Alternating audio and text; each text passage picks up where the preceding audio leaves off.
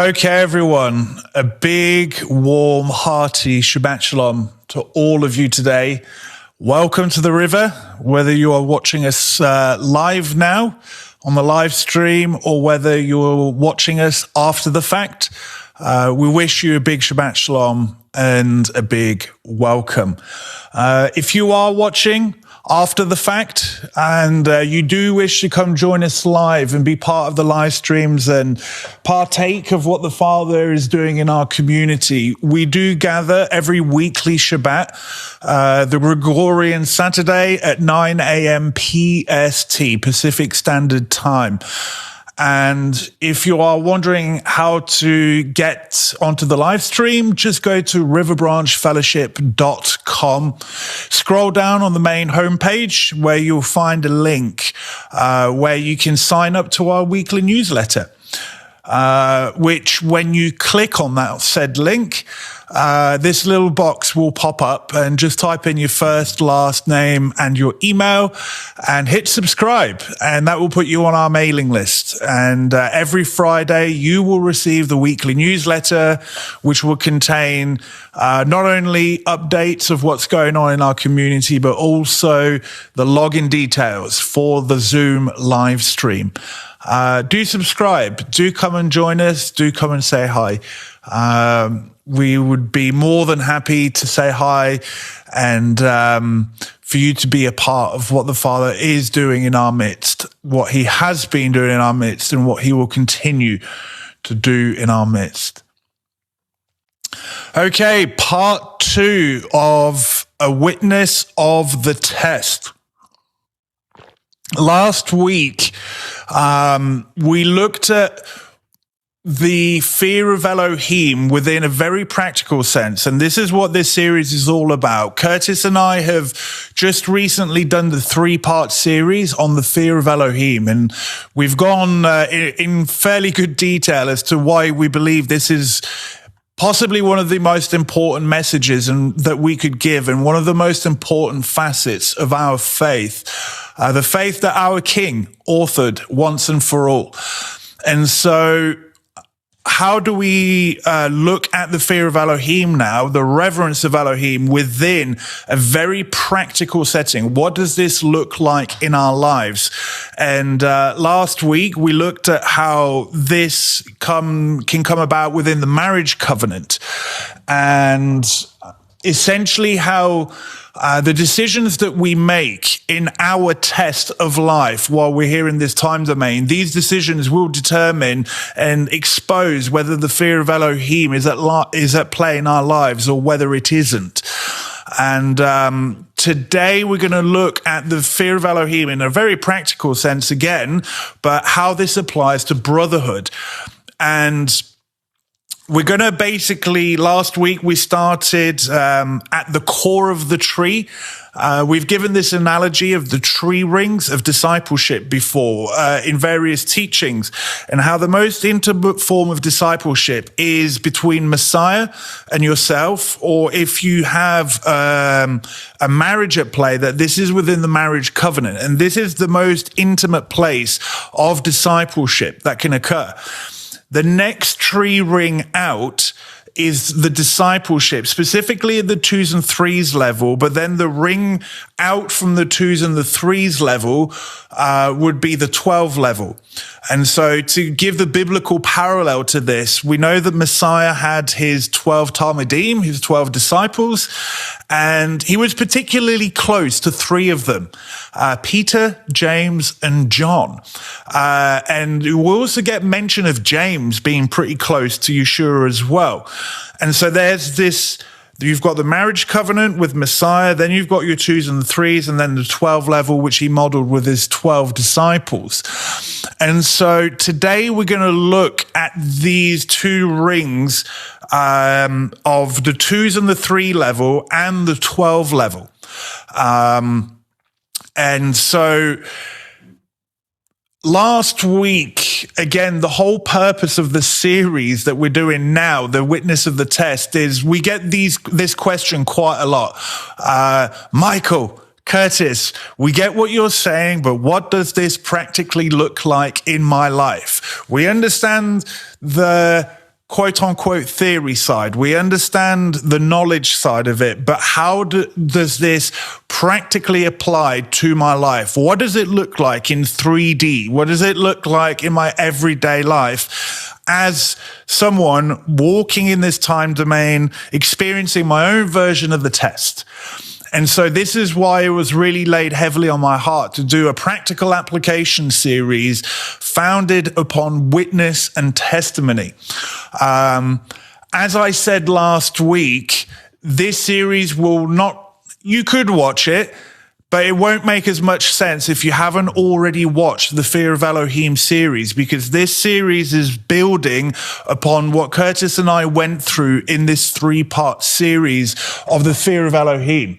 Think of this as the knowledge and the understanding, and that this series, the Witness of the Test, is the practical application, at least as to, and I'm giving witness and testimony from my test, where I've been tested in whether the fear of Elohim is at play in my life or not. The series overview, as we saw last week we looked at how, specifically in my version of the test, how was the fear of Elohim exposed in my life, especially when it would come to the marriage covenant of myself and my bride. Today we're going to look at how the fear of Elohim has been tested in my life, and we're going to give some scriptural examples as well of how this applies to the brotherhood, the walking out with other brothers and sisters of the faith, especially at that 2s and 3s level and at that widering of the 12 level. Then next week, all things going to plan, we're going to look at then how this applies to servant leadership. And then ultimately, we're going to look at how our fear of Elohim is at play when we walk within Rome, the unbelieving world. And the reason that I've done it in this order is because, again, I want to start at the core of the tree and move outwards through the various levels of intimacy. Because if you haven't got the fear of Elohim in play at the marriage level, it's not going to be at play within the brotherhood level. And if it's not at play in the brotherhood level, it won't be at play at the servant leadership level. And if we as a community do not have our house in order in these 3 levels, how on earth can we be a witness of the reverence of Elohim to a dying, dark world, i.e. Rome? And so there's a reason why I'm going at it in this order, because even in the first 3 stages within the body level, you need to have your house in order at the marriage level, at the family nucleus level, before you can even start worrying about brothers and sisters, and then ultimately the wider assembly. And so the reason we're doing testimony is because of the power of testimony. We mentioned this scripture last week, that there's an accuser, the adversary, who's accusing the assembly before Elohim day and night. And that the mechanism by which we overcome this accusatory position is first and foremost by the blood of the Lamb, which covers all transgression and missing the mark, all sin, but also by the word of our testimony. And that ultimately, when the overcoming position is attained, that the fruit of this will be not loving our lives even unto death. You know, we read of how at the judgment seat of Messiah, the books will be opened and we will be judged according to our deeds that we have done here in this time domain. Well, what are our deeds? Ultimately, it's the witness of our testimony. Our testimony, what we do here in this life, actually has eternal ramifications and consequences. And so on Judgment Day, everything will be laid bare before our King. We will be as naked as the book of Hebrews says. And so we can manufacture, quote unquote, good fruit only up until a point.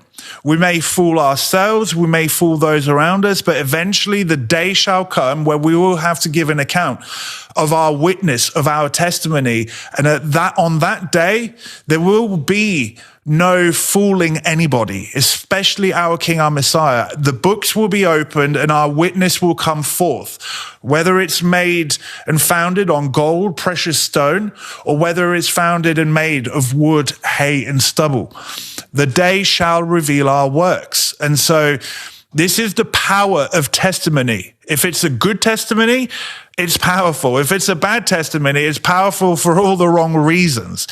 And so this is why, as part of this practical application series, I want to give testimony of where I may have gotten some things right in my life. That doesn't mean I'm a shining example and that I've gotten everything right. No, that would be foolish of me to say. That would be tantamount to me saying I have no sin. And as we're going to read today, John is very clear that if we claim to have no sin, we're in darkness and in deception. But that doesn't mean that we cannot overcome. In fact, I believe, and I have seen the power of the Ruach in my life as I've learned to make better decisions in my life. Again, the foundation of this practical application series, Psalm 34, verse 11, "Come, O children, listen to me. I will teach you the fear of Yah." When you read this, essentially what I want to say is, in teaching someone the fear of Yah, I can't do the journey for you. However, I can share in your journey. I can support you through your journey. I can give counsel to you through your journey. This is how I can, quote unquote, teach you the fear of Yah. I can't make you grow in the fear of Yah, but I can, through my own experiences, tell you what I've got right and tell you what I've got wrong, so that hopefully you can make better decisions, and hopefully better decisions than what I made. And so I'm hoping that in this witness and this testimony, I can hopefully live up to this scripture and help you, teach you the fear of Yah in your life. Now, last week, I gave you some of my musings for what they're worth. And my musings from last week were this: in life, you will be presented with decisions and choices. It is in making them that you will find out whether you fear Yah or not. And so again, I can't make you grow in the fear of Yah. But when your life, your test presents you with these decisions and choices to make, what I can do is hopefully give you good counsel. Hopefully I can give you wisdom. I can share from my testimony and help you make those decisions. And hopefully you can make better choices and decisions. And in those decisions, the fear of Yah will become manifest in your life.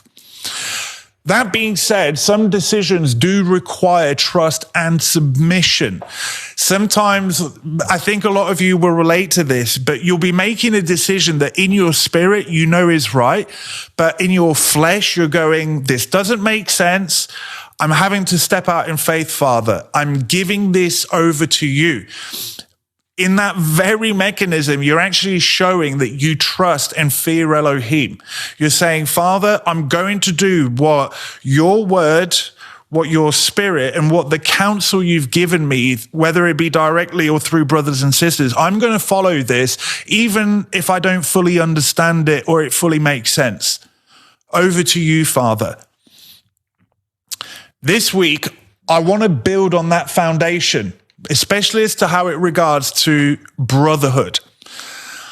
And this is a statement that I want to make, and this is what I've learned over the years of walking in discipleship and walking this faith out for myself. You will never, and I will highlight this again, you will never truly know someone else's character until you watch them make the choices and decisions that expose their fear of Yah. And so last week I'm saying, do you want to find out whether you fear Yah? Watch what decisions and choices you make. Building upon that foundation, do you want to know whether you truly know someone? The only way, and I really can't stress this enough, the only way you will truly know someone's character is when you watch them make said decisions and choices in their life. And this is the place where trust will be learned, okay? Until you watch a brother or sister make these decisions, all you know is about them. You know about the person, you know their likes, you know their dislikes, you may really appreciate them, you may enjoy their personality, you may enjoy their wit, their humor, all of these things. You know about them. You actually don't truly know their character. It is only in watching a brother and sister make these decisions that expose the fear of Yah in their life. Only in making those decisions will you truly know whether someone is worth their salt or not. And if you get anything from today, this is the point that you need to get.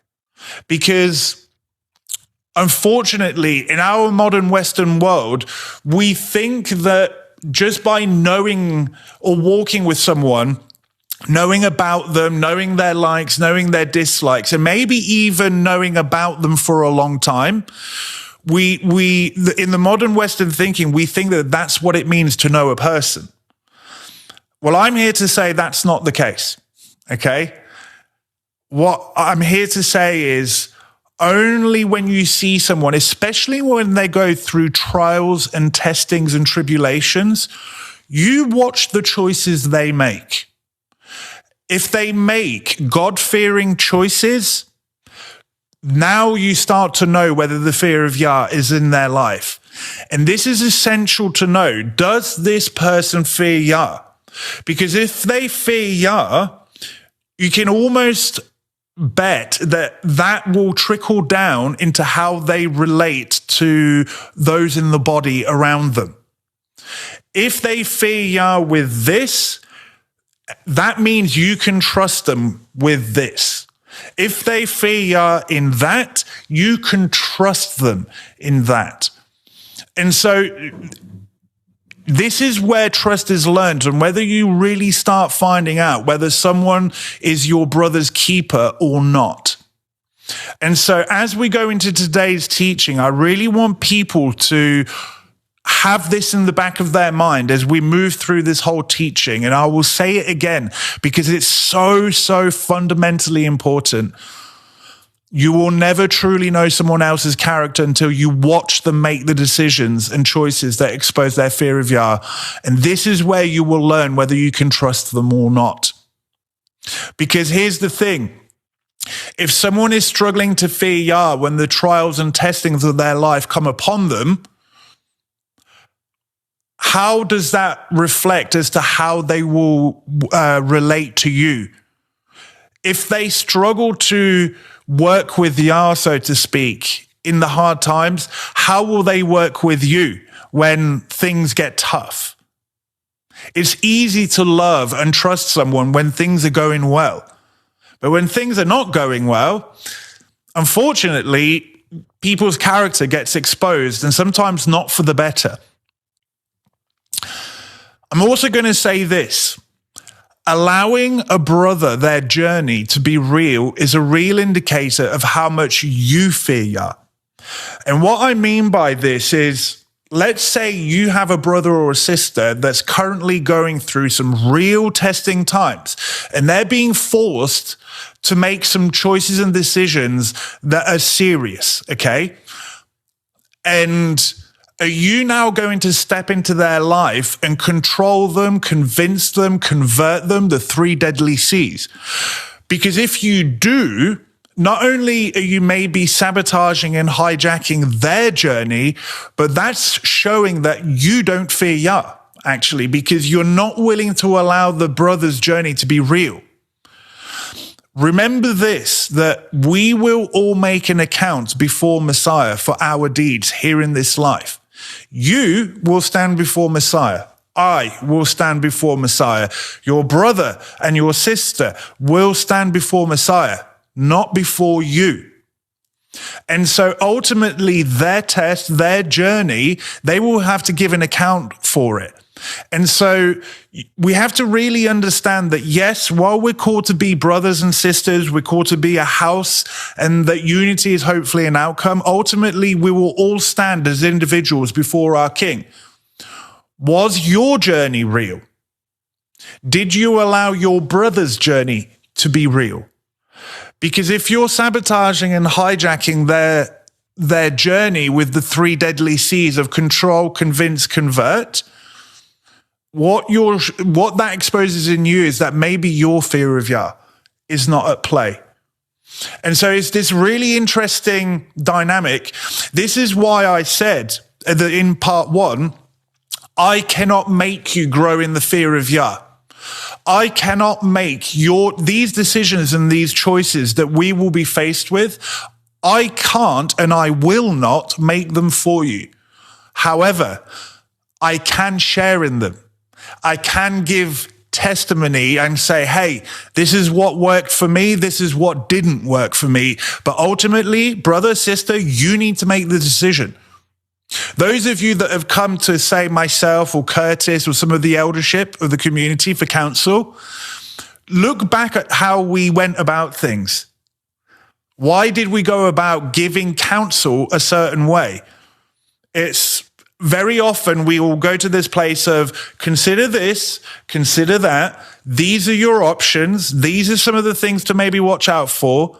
Now you go make the decision, because you are the one that will have to live with the consequences, and you are the one that will have to face Messiah for the choices and decisions you make. Do you see the dynamic here?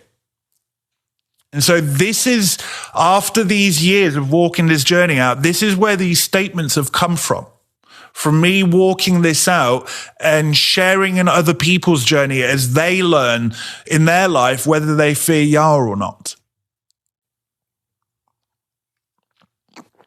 Again, this is a spiritual journey that we put forward in the Fear of Elohim series. And as we look at this spiritual journey from the practical sense in this series, really we're dealing with this place here.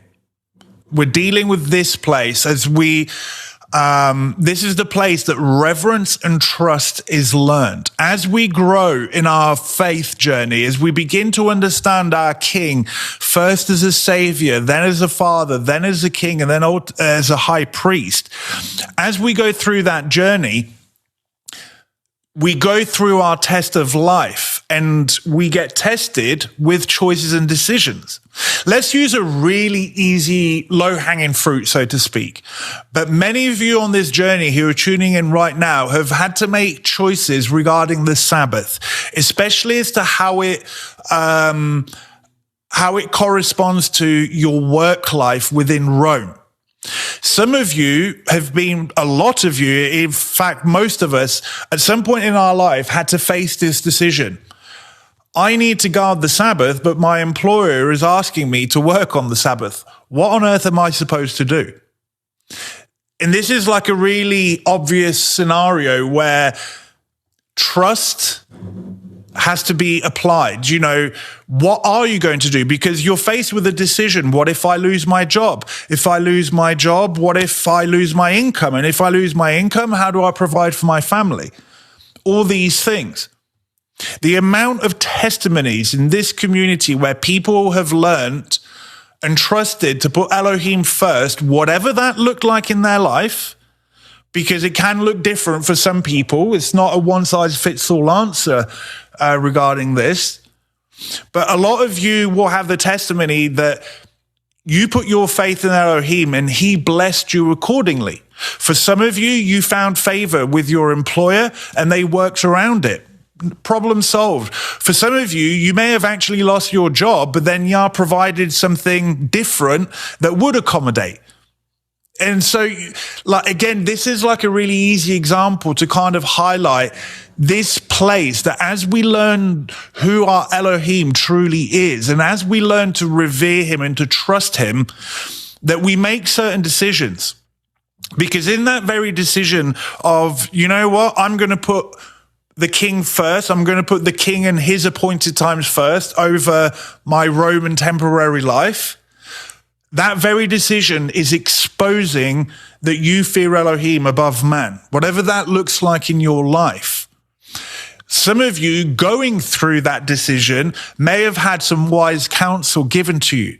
Hey, brother, sister, consider this, consider that. What about this? What about that? But brother, sister, ultimately, you have to make this decision. I cannot and I will not make it for you, because I'm not going to hijack and circumvent your journey before your king. Does that make sense? Okay. So let's get into the meat of today's teaching. And let's start off with this question. Will a groom and bride be echad? Will they be one if neither are walking in the light of accountability and vulnerability? Can a groom and bride fully be one if they are not walking in the light of accountability and vulnerability with each other? The answer is a very obvious no. Okay? For a groom and bride to truly become one, there has to be this joint effort of being fully open and accountable and vulnerable to one another. Could this also be true of walking in brotherhood? And I want to say that the answer should be an obvious, resounding yes. Okay? And so as we go into today's teaching, can we truly walk in brotherhood and be one? Remember that scripture says that ultimately when we're walking truly in the faith with integrity, that an outcome of that will be that we come to the unity of the faith. Can that be achieved without accountability and vulnerability and being open to one another? It can't. Now, do we give vulnerability and trust willy-nilly? No, we shouldn't give trust and vulnerability willy-nilly. Again, as we opened up the teaching today with, it is only in watching someone make those decisions that expose the fear of Yah in their life or not. It's only in watching them make those decisions that you'll find out, is this brother or is this sister trustworthy? Because if they're trustworthy with this, then they can be trustworthy with that. And so we have to come to this place where we have to be able to be accountable and vulnerable to each other. But trust should not be easily given. At the same time, there is a way of going about it where you can give it in a wise and healthy manner. And unfortunately, we have the two extremes of this playing out in vast proportions of the body today, where on one side, trust is just flippantly being given, and then people wonder why it backfires in their face and why they get proverbially stabbed in the back. But then on the other side, people are so hurt, usually because of giving trust too flippantly, that they get burned, and then they just do not trust at all. And neither are healthy. And by neither of these positions allow us to go to this accountable and vulnerable place where ultimately, I'm going to say a bold statement, where our garment preparation can begin to occur.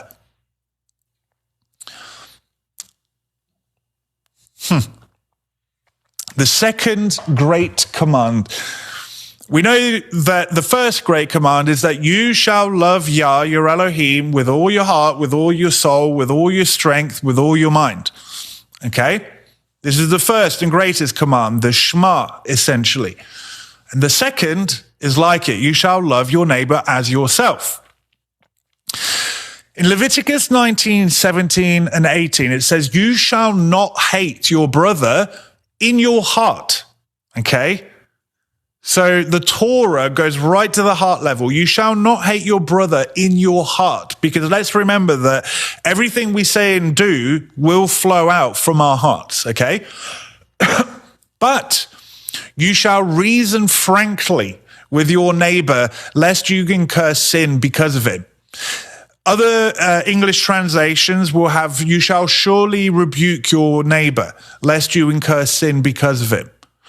And so what's really interesting is that loving your brother, i.e. not hating him in your heart, has this idea of reasoning frankly.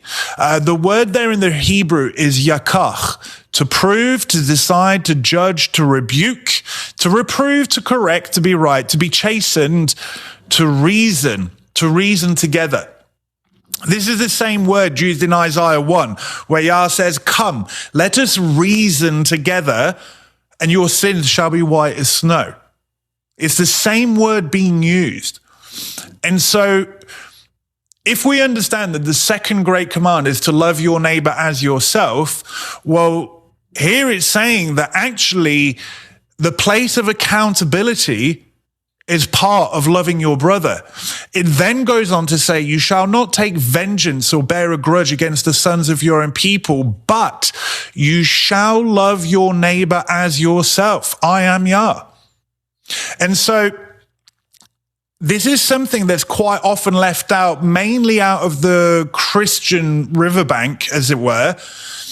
You know, there's a lot of talk about love. You shall love God, you shall love your neighbor as yourself. But it's often missed that this second great command is actually built upon the foundation of reproof and correction.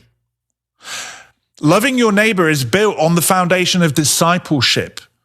One needs a trusted environment to be able to actually dish out reproof in love and meekness. The problem that we have more so on the Messianic Hebrew root side is that people are all willing to give reproof and rebuke and correction, and they don't even know the person. They don't even know them. And again, like I opened up the teaching with, how can you truly know someone unless you've walked with them and watched them make the decisions in their life that they need to make? There's many of you out there that think you know your brother or sister intimately well. And I'm going to make the statement that you know about them. You don't know them intimately. Until you've walked a mile in their shoes, until you've journeyed through with them, unless you've shared in their burdens, thus fulfilling the law of Messiah, and as part of sharing in their burdens, you've watched them make the decisions, it's only then that you can really know their character and who they are at the heart level. And so if you want to be in a place where you're fulfilling the second great command, as quoted by Yeshua, you actually need an environment where you can actually walk with a brother and know them truly so that you can reason frankly with them. You know, over the years of my servant leadership in the body of Messiah, I've seen people being very quick to give counsel into other people's life. And unfortunately, they've been in a place where they know about the brother or sister. They don't actually truly know them. And they're giving counsel and so-called wisdom, but because they don't have that intimate knowledge of their journey, it's actually not being wisdom. It's being bad advice, all with the best of intents. And so the point that I want to make, if you want to walk in this space of loving your neighbor as yourself, and that is founded upon an environment of being able to give out reproof in love and meekness, you can only get that within a discipleship environment, i.e. knowing someone at that deep, intimate heart level. And you can only know someone at that deep, intimate heart level until you've watched them make the decisions we spoke about last week. Okay? This is quintessential for walking out in the fear of Elohim at the brotherhood level.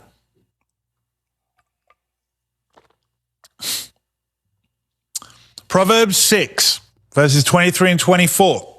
Those of you who've listened to my teachings long enough will know that this is one of my favorite passages in Scripture. For the commandment is a lamp, and the Torah a light, and the reproofs of discipline are the way of life. to preserve you from the evil woman, from the smooth tongue of the adulteress. And so, many of you coming into this understanding of the faith will understand that the word is truth, and that the Torah is truth, and that Messiah is truth, and that the Torah is a light. And then we get these verses in the book of John and First John about walking in the light, and people with a more childlike understanding of the faith will go, if I want to walk in the light, I need to tick my Torah boxes. And while there's a certain amount of truth to that, it misses the point, because Proverbs is saying that reproofs of discipline are part of that. The commandment being a lamp and the Torah being a light, with that is the reproofs of discipline. And not only having the reproofs of discipline, that these reproofs of discipline are the way of life, okay? When we start to understand the foundations of our faith, what is righteousness according to our Elohim, what is written to us in the Torah, that helps us to understand that actually Mystery Babylon, this seductress, has been busy polluting the body of Messiah, okay? But here's the kicker. If you have, there's three components here: the commandment being a lamp, the Torah being a light. The third component is the reproofs of discipline. And if any one of those are missing from your life, that actually leaves you vulnerable to spiritual adultery, to the spiritual seduction that would lead you away from the covenant. I've put this note here. Yeshua says that narrow and hard pressed is the way to life. He says that, doesn't he? In Matthew 5 or 6, narrow and hard pressed is the way to life, and few are those that find it. But broad is the way to destruction, and many are those that walk down it, right? We forget that statement is actually within a believing context. Yeshua is not talking believer, unbeliever. He's talking his house, okay? And I've got this question here: why is the way to life narrow and hard pressed? Walking in the light does not leave you a lot of room to hide. If you're truly walking in the light, people can see what you're doing. You're accountable. And the book of Proverbs is very clear that to walk in the light and to walk on the way of life involves reproofs of discipline. How can you have that without discipleship and learning to trust a brother to walk at that deep, intimate level? And now taking this back to the Torah of you shall love your neighbor as yourself. How can you truly love your neighbor unless you have discipleship and accountability and the environment where you can give the reproofs of discipline, so that we can have a fighting chance to be preserved from spiritual seduction? Walking in the light does not leave you a lot of room to hide. The light of accountability. I will make the statement of your garment preparation hinges on this. It hinges on this. And so this is why I've titled this slide, "Just Keep Going Straight, Brother, Sister." When you're going through these trials of life, when you're being faced with these decisions and you feel like you're being pulled in two, because you deep down inside, you know what's right, but your flesh is wanting to go the other way. Sometimes you just need a brother or sister to speak the word to you. Brother, sister, just keep going straight. Just trust in Yah. Let me tell you what trusting in Yah did for me. How can you have that if you do not have the environment where you can actually give that counsel? Do you see where I'm going with this? Michael, you're pulling together scriptures incorrectly. Okay, let's see. John 3:19 and onwards. Everyone knows John 3:16, right? Well, let's keep reading a few verses down. This is the judgment. The light has come into the world, and the people love the darkness rather than the light, because their works were evil. Their works were evil. The people that work evil do not come to the light. Why? Because it exposes their works. Again, think of Judgment Day, that we will all stand before Messiah and the books will be opened. Because as part of this judgment scene, there's an accusation going forth, isn't there, from the adversary? But to those that overcome by the blood of the Lamb and by the witness of their testimony, the books will be open, and what will come forth is the witness of their life. And it's like, actually, did they walk in the light? Did they have accountability? Did they have discipleship? Did they have the covenant written on their heart? Did they fear Elohim? Here is the evidence. For everyone who does wicked things hates the light and does not come to the light, lest his works should be exposed. This is within a believing context. But whoever does what is true comes to the light, so that it may be clearly seen that his works have been carried out in Elohim. And so again, let's use the Hebraic principle of precept upon precept. Remember, Hebraic thinking builds upon itself. It doesn't annul what's come before it. And what have we seen so far? The Torah says, love your neighbor as yourself. Well, that involves reproving your neighbor, lest you incur sin because of that.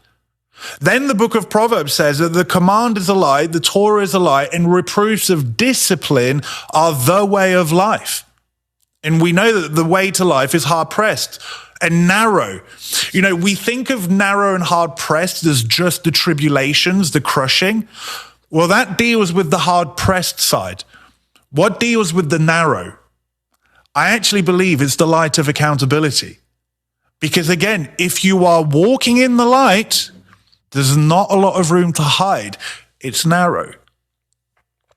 An outcome of walking in a true discipleship environment is that those partaking of it will operate as one, thus walking in true unity. Unity is an outcome of walking together and sharing in each other's burdens. Curtis has often said that if unity becomes the pursuit and the goal, you actually forego unity and you end up in conformity. And what I would say to that is that if you pursue unity as the goal, you will actually breed the disunity that you are desperately trying to avoid. Why? Because the way to unity is by walking together. It's by coming together and walking in the light. This requires trust being learned, as this position will humble and expose you. If you are truly walking in the light of accountability, those of you who walk in a discipleship or in an intimate place, so that look, even in marriage, in a functional marriage, there's nowhere to hide, is there? And that's not a bad thing. In fact, that's a really good thing. When you learn to walk in that space, you actually realize it's very liberating. And because trust is being learned, and you know that your wife or your husband or your brother, your sister has got your back and they're guarding you. It's actually a very liberating place. Hence the law of freedom, as James or Yaakov would say. But if you're going to walk in the light, especially that of accountability, in this intimate place where the ability for reproof and exaltation can come about, this is very humbling. It's a very humbling thing to be able to come before your brother and say, hey, brothers, here I am, as I am. It's very humbling. And to be able to do that, you have to be able to learn to trust someone. Well, how do you learn to trust someone? How do you truly know them? Can I trust this brother? Can I trust this sister? What do I have to go by? It is in watching them make the decisions that expose whether they fear Yah or not. Hopefully people are now understanding why I'm doing the series in the order I'm doing it.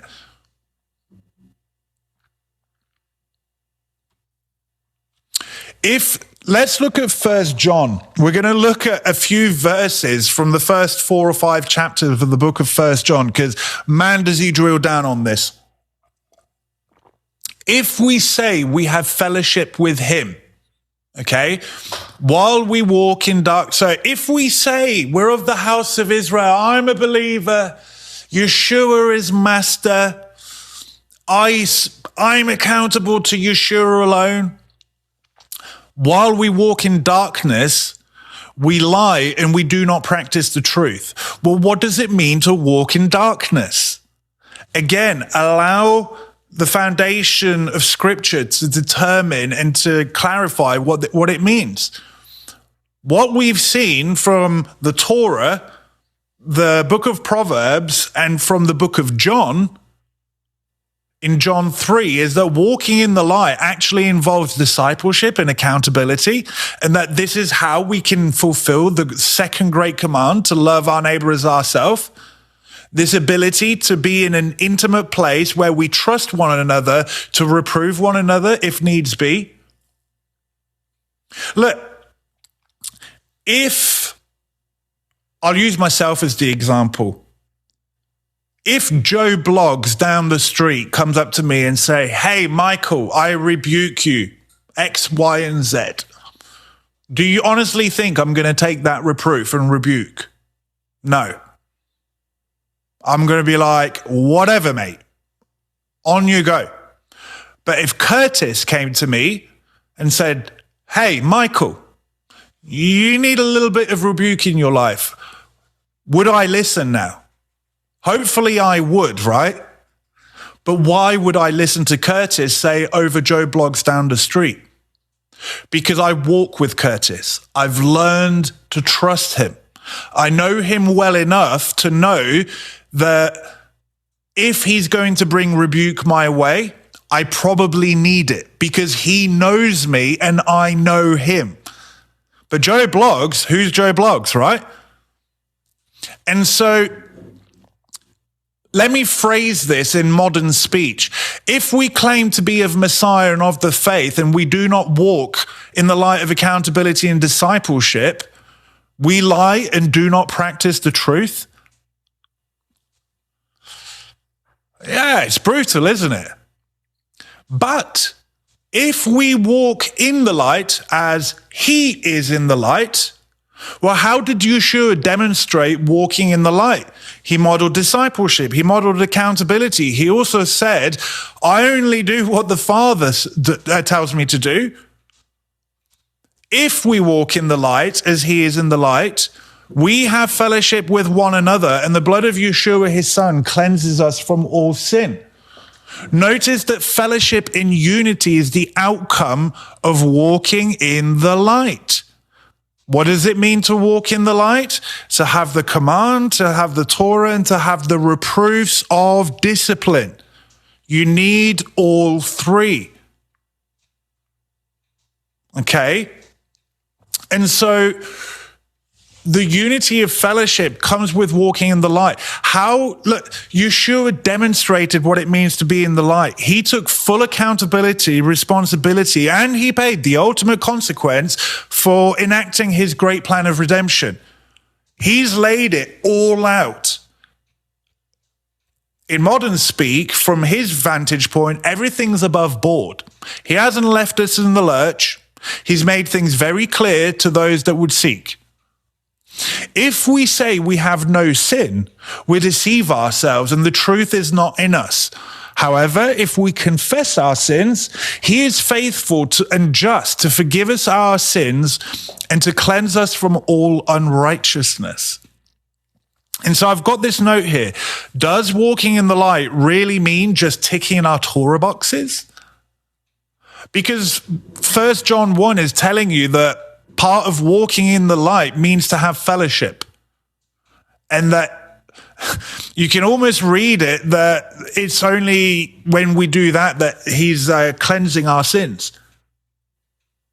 This should actually start making sense of what Yeshua says in what we'd call the Lord's Prayer.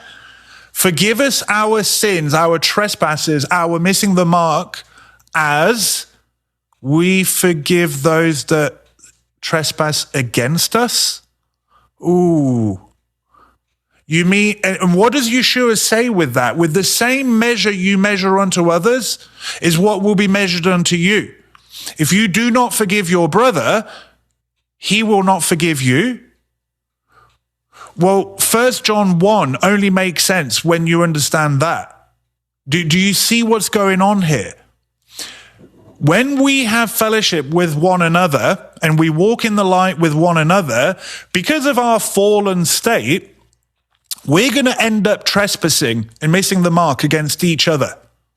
Hence why the Torah says that loving our neighbor involves, you shall surely reprove your neighbor, lest what? You incur sin. And so walking in the light goes way beyond just ticking the Torah boxes, is what I'm trying to say. But as part of walking in the light, we're going to trespass against each other. It's just the nature of the fallen state.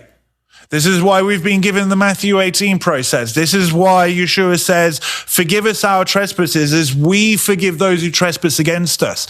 And so if we're walking in the light and having fellowship with one another, and along the way we forgive a brother, we forgive a sister because of whatever, as we've forgiven them, so he shall forgive us. Do you see what's going on here?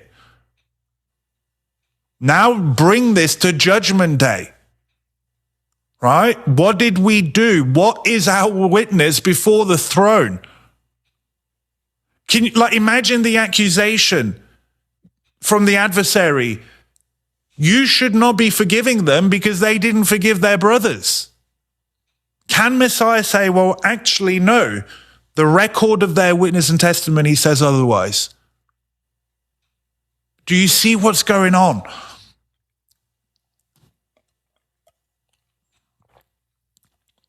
First John 2, verses 9 onwards. Whoever says he is in the light and hates his brother is still in darkness. That statement only makes sense when you understand what walking in the light truly means according to the scripture. How can you walk in fellowship and claim to walk in the light when you hate your brother in your heart? What did the Torah say, right? You shall not hate your brother in your heart, but you shall surely reprove him. And by the way, you shall love him as yourself. Whoever loves his brother abides in the light, and in him there is no cause for stumbling. Again, walking in the light only makes sense when you understand that it's actually a discipleship environment, the light of accountability and vulnerability. But you need trust to be able to do that.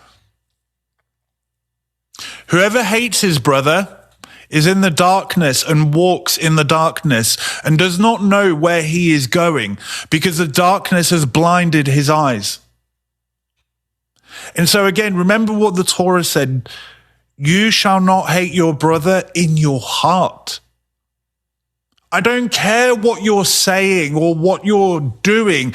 What's your character, brother? What's your character, sister? How can I know your character unless I've watched you make some really difficult decisions that expose whether you fear Yah or not? Because up until I see those decisions, I only know about you. I know your likes, your dislikes. I know your favorite joke. I know the foods you like, you don't like. But do I know your character? And so, can we truly say that we are walking in the light of discipleship and accountability? The book of 1 John, pardon the pun, should be shining a light in our lives and exposing, do we actually have this in play? His pattern should and will lead us to a place of forgive us as we forgive others. And this is why the Matthew 18 process is being given to us. The Matthew 18 process is being given to us so that we can continue to walk in the light. Because Messiah, our great King, the all-knowing one, has decided that the way we walk this faith out is by his word, by his spirit, and with each other. With each other. Look, if we can't walk with each other now in this life, how is the bridal governance going to walk with each other and the eldership and Messiah? Because this is ultimately where it goes. Because the King has commanded that we walk together like this, he foresaw in his great wisdom that, hey, you guys are in a fallen state. You're going to transgress against each other. I'm going to give you a Matthew 18 process. I'm going to ask you to forgive one another so that I can forgive you. His pattern will lead us to forgive us as we forgive others. And again, when you get to that place, you actually learn to trust a brother even more. Every time I've done a Matthew 18 process with a brother and both parties overcome this position, the outcome of that is that I love and trust that brother even more. And in that moment, I've actually learned something more about his character. Do you see how this works, the mechanism? And so, are we walking with integrity? Are we, let me say it this way, are we truly of the faith?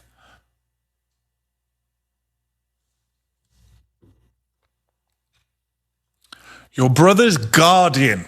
We know it is your brother's keeper, but why I called it your brother's guardian, when you actually look at the scripture, it uses the word shamar, which means to guard. It's the same word used of guarding the covenant, guarding the commands, okay? It's your brother's guardian.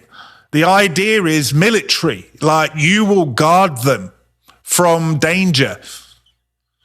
This is why the Torah would say, love your neighbor as yourself. You shall surely reprove him. Why? Because you're guarding them from themselves. For this is the message, 1 John 3, verse 11. This is the message that you have heard from the beginning. From the beginning, that we should love one another. Well, when's the beginning? Loving one another was given to us right back at the Torah. In fact, John goes to the story of Cain and Abel, like the very beginning. We should not be like Cain, who was of the evil one and murdered his brother. And why did he murder him? Because his own deeds were evil and his brother's righteous. Remember what we read in John 3:19, that those whose works are evil hate the light. And so why did Cain murder his brother? Because Cain and Abel were walking together, and the light of accountability exposed Cain's evil deeds. Now, what did Cain do in the moment? Rather than overcome, remember what Yah would say to Cain. Cain, I'm paraphrasing here, you need to overcome. Sin is crouching at the door and its desire is for you, but you need to master it, right? You need to rule over it. Yah's essentially saying, Cain, you need to overcome this. This is the nature of walking one with another. We end up exposing each other because the light of accountability will expose our deeds, whether they're of the light or whether they're of the darkness. And so John is saying Cain's deeds were evil and his brother's righteous. The light of Abel exposed Cain. And so what did he do? He chose not to overcome. I'll just murder him and take him out of the picture. In that moment, Cain displayed that he was not his brother's guardian. Had Cain overcome and mastered sin crouching at the door, so to speak, Abel would have learned that, wow, My brother really is my brother's keeper. Unfortunately, that was not the case. And then John says in verse 13, do not be surprised, brothers, that the world hates you. So Abel's fear of Yah and walking in the light exposed Cain's heart. And so Cain ended up hating Abel and then killed him. This is why John says that the world will hate us. It will be the very same reason if we're truly of the faith. Because if we're truly walking in the light, that light will expose the evil deeds of those walking in darkness. Now, look, let's be real about this. That doesn't mean that every unbeliever should hate you. Because, look, there's unbelievers out there that are good people. As the Apostle Paul would say, there are those without the Torah that show the work of the Torah written on their heart.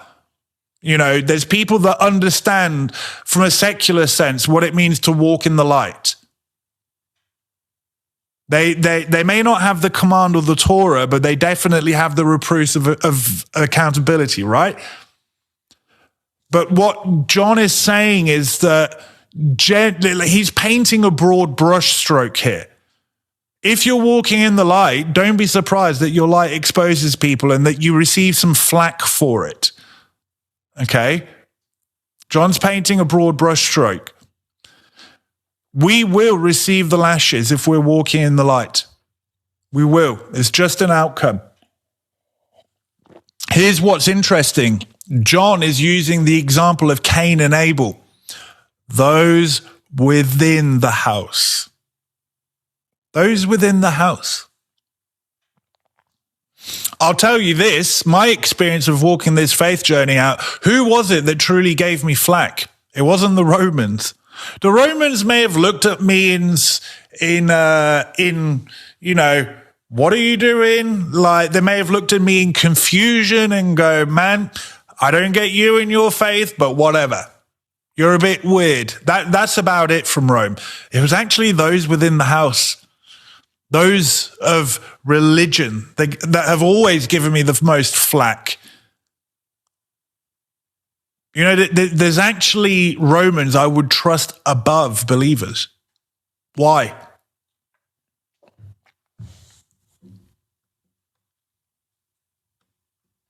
First John 3:14, we know that we have passed out of death into life because we love the brothers. Whoever does not love abides in death. This is why it's really important to understand what it means to walk in the light from a Torah, prophets, and writings perspective. Because if not, you know, you read this and you're like, love, love, puppies, rainbows, fairy dust, unicorns. That's not what First John is saying. Everyone who hates his brother is a murderer. And you know that no murderer has eternal life abiding in him. By this we know love, that he laid down his life for us, and we ought to lay down our lives for the brothers. Can you see what's going on here? Messiah laid his life down for us. He says, come follow me. So we lay down our lives for him, do we not? This is why we make certain decisions. Again, let's use the work and Shabbat thing. Master, I'm going to lay my worldly life down so that I can honor your Moedim. In that, you're showing you fear Elohim. You're laying down your life for the Master. I'm going to make a statement here that will come up again later. With what measure you measure unto Elohim is what measure you will measure unto your brothers, and vice versa. With what measure you measure to your brothers is what you'll measure to Elohim. Why? Because love your brother and love Elohim are the two great commands. And on this hang all the law and the prophets. You cannot have one without the other. How can you lay your life down for that which you do not love or trust? It's a good question, huh? Are you going to lay your life down for Joe Bloggs? Would that be wise? Because Joe Bloggs may trample all over you. But would you lay down your life for someone that you love or trust? Husbands, why do you lay your lives down for your wives? Wives, why do you lay down your lives for your husbands? Because there's love and trust at play. And a big factor of that is the light of accountability and vulnerability. You experience it at the marriage level. Does this apply to the 2s and 3s level, the brotherhood level? Absolutely. How can you lay your life down for that which you do not love or trust? And how can you love and trust someone unless you watch them make those decisions?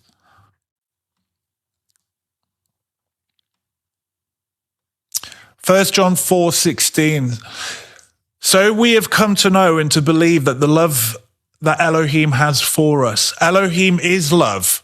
And whoever abides in love abides in Elohim and Elohim in him. Do you see how John is building up this concept of what it means to walk in love? We make it all about...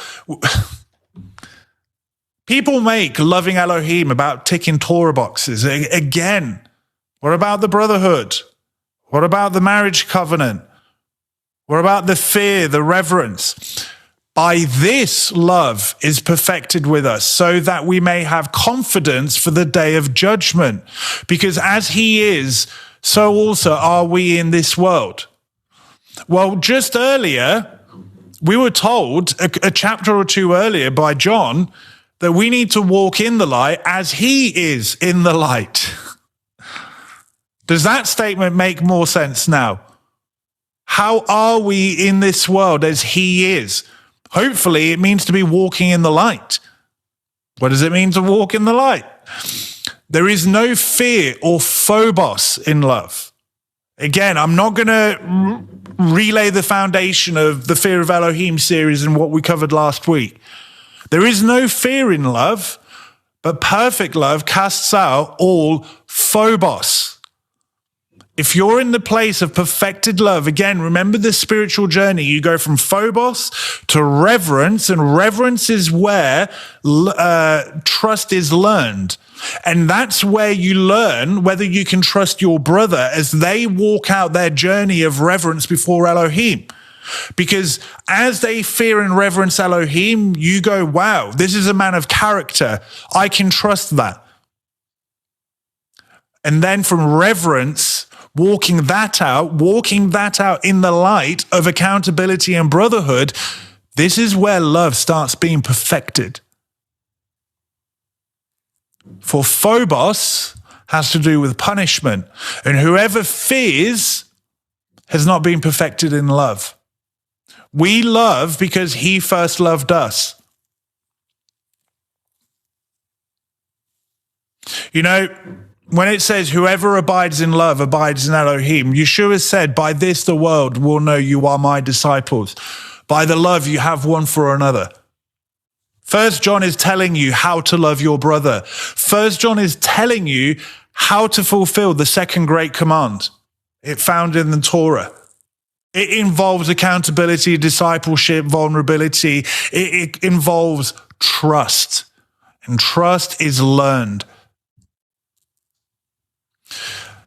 When it says that there's no fear in love and that whoever fears has not been perfected in love, fear or phobos will breed distrust.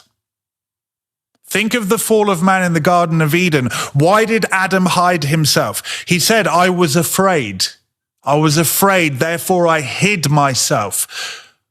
You can argue that if you're walking in the light and you fear and you hide yourself from the light, you're now walking in darkness. Do you see the dynamic there? Fear will breed, like phobos fear, will breed distrust. Which means, and if you're in the place of phobos, you don't have reverence or trust, which means you cannot trust your brother. And now your garment preparation is at stake. Because John is saying it very clearly that moving past phobos, going to reverence, and then walking in the light and abiding in love, and everything we've covered so far, that's what perfects love. And perfected love is the bridal position, the garment preparation. She has prepared her garments. And so if we don't understand this dynamic of walking in brotherhood, in the fear of Elohim, so that we can learn reverence, you're hijacking your own bridal journey. That's how serious it is. And this is why Curtis and I said the fear of Elohim is probably the most important message we have ever given and probably will ever give. Your bridal garment preparation journey is on the line. That's how serious it is.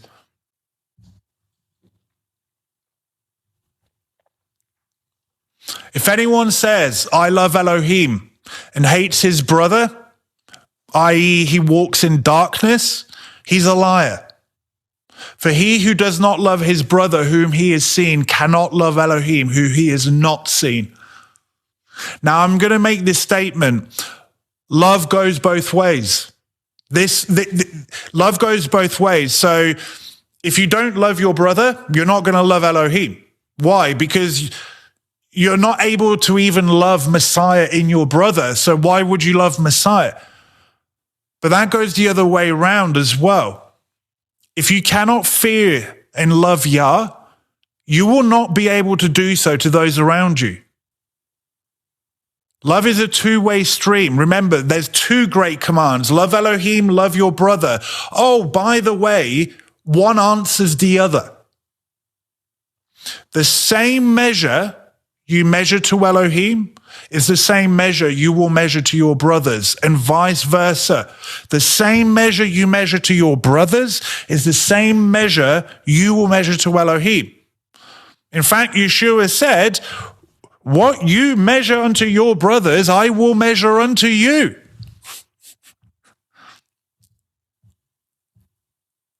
This commandment we have from him. Whoever loves Elohim must also love his brother. You cannot have one without the other. The two are intrinsically linked. They are one. They are one. Okay. Let's now go to some witness, some testimony on the foundation of everything we've just given. I wanted to give the biblical foundation because hopefully you'll understand now more things from my witness and what to look for. The test of discipleship. This is where walking in brotherhood will expose the fear of Elohim or the lack thereof. Now, I've called this scenario number one. It's a hypothetical scenario, and we'll give a second one. But mark my words, they're not hypothetical. I've lived these out time and time again. I've witnessed them, and I've witnessed them go right, and I've witnessed them go wrong. And so, yes, they're hypothetical, but they're not. So what's this first scenario? Picture this. A group of brothers are walking in discipleship and accountability. They're learning to trust one another. They're learning what this walking in the light business is all about. Okay? Now, remember what I said. When you walk in the light, eventually something gets exposed. And because of our fallen nature, eventually something will come up, right? One of the brothers has a real tough decision to make. Okay? Remember what we said last week. It's in making these decisions that you will find out whether you fear Yah or not. Now, this particular brother has one of these decisions in his life to make. He's about to find out whether he fears Yah or not. The rest of the brothers he's walking with are also going to find out where his fear of Elohim truly lies. And as a result of this, they're going to learn whether they can trust this brother or not at a deeper, intimate level. This brother who's got a tough decision to make is forced to face some reproof and accountability as part of his discipleship. I know that a lot of the men right now in discipleship will be laughing, going, yeah, I've seen this. I've seen it go right. I've seen it go wrong. Why does this brother have to take some reproof and accountability? Quite often, when we end up in a situation, when we face accountability, we have to face, did we have a part to play to create the situation we're now facing? Part of the accountability will be, brother, you have a choice to make. And ultimately, you're going to either choose flesh and self, or you're going to choose trust in Elohim, trust that Elohim has led you here, trust that we are the accountability Elohim has given you. And are you going to trust in Elohim and fear him or not? Unfortunately, this brother reacts violently. He doesn't like the accountability. He actually ends up accusing the brothers. You're all wrong. You're all in darkness. You're all led astray. He decides to walk down the path he'd already decided on in his thoughts and heart. Okay? So he's got this tough decision to make. He's come to the light of accountability. He didn't like what he heard. He violently lashes out. In fact, he storms off and never comes back. What has been exposed? Quite a lot has been exposed. Right off the bat, this brother does not fear Yah. He did not choose to trust Elohim. He did not choose to trust his brothers.